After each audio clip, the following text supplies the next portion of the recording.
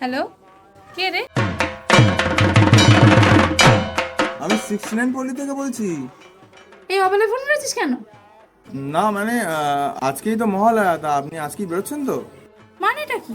তোরা আমার ম্যানেজারের কাছ থেকে অ্যাপয়েন্টমেন্ট নিয়েছিস? ডাইরেক্ট কল করেছিস, বলি জানাবো শিবুকে ব্যাপারটা।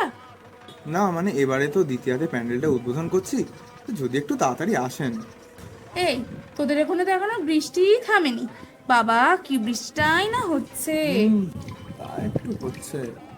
জানিসই তো, আমার আর গণেশের একটু সর্দি ধাত আছে। এই, তোদের ওখানে আবার ডেঙ্গু টেঙ্গু হচ্ছে না তো? শিবু জানতে পারলে কিন্তু কেলেঙ্কারি হয়ে যাবে। গো, কি হলো আবার? আরে না না, তেমন কিছু না। হ্যাঁ তা একটু হচ্ছে, কিন্তু তুমি কোনো চিন্তা করো না, সব ব্যবস্থা আমি করে রেখে দেবো, কোনো চাপ নিও না তুমি। এই, আমার একটা কমপ্লেন আছে। তোরা নাকি এর আগের বার অসুরের মুখে সন্দেশ আর ধূপকাঠি গুঁজে দিয়েছিলি। ব্যাটাটা বিষম খেয়ে এত লাফিয়েছে যে আমি ঠিক করে দাঁড়াতেই পারছিলাম না। এই শোন, ওইসব কিন্তু চলবে না।